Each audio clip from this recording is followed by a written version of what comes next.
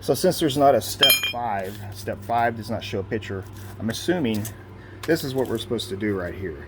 So I have to take this attachment and I need to attach it to the front piece right here, and it's going to connect onto this metric bolt, and on this side right here like that, bolted. So that's what it's going to look like.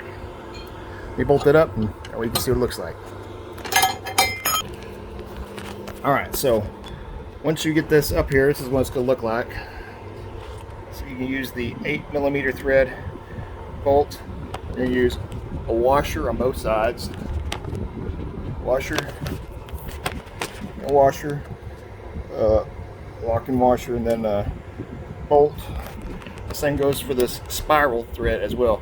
And this little thing here is going to have an ear on it, and you want to make sure you get it in that hole.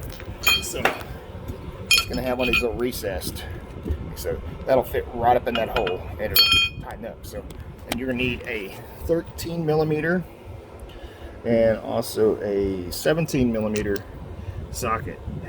And once again, I didn't have Loctite, so I used clear nail polish as some Loctite. It's already dried, so we'll see what happens. But if you do have Loctite, I highly recommend using it so it doesn't come loose. The Ford products are a little different, at least on this one here.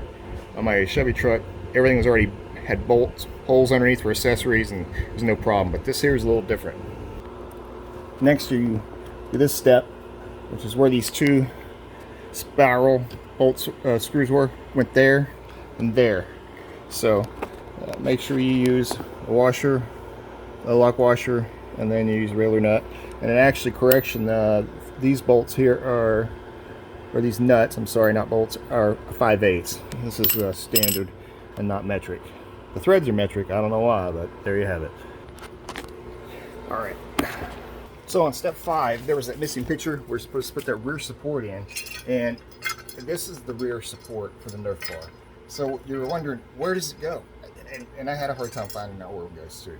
So I got to looking and lined up everything, and I finally located it. And boy, I tell you what, these instructions are just, they're missing a lot of details. So I'm going to show you real quick, and it'll make it a little bit easier for you. So go ahead and save yourself a hassle and put this part together. Don't forget to put the clear part.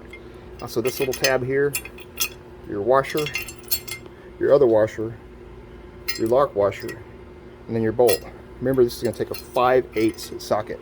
So once you pull back your undercarriage here, there's that nice little hole.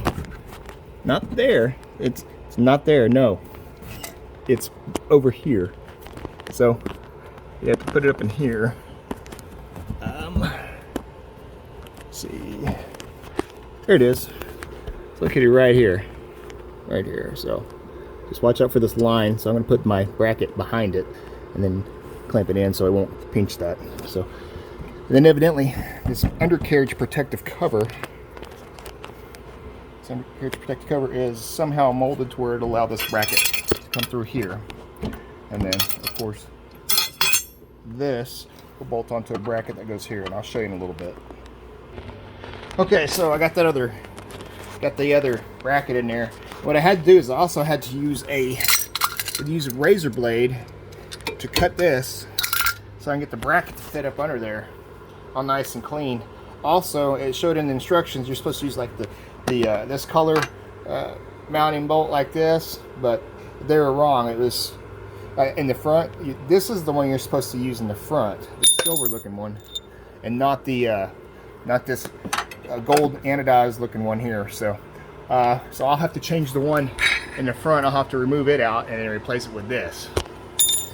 So just a quick note. So as you can see, it's just all through trial and error.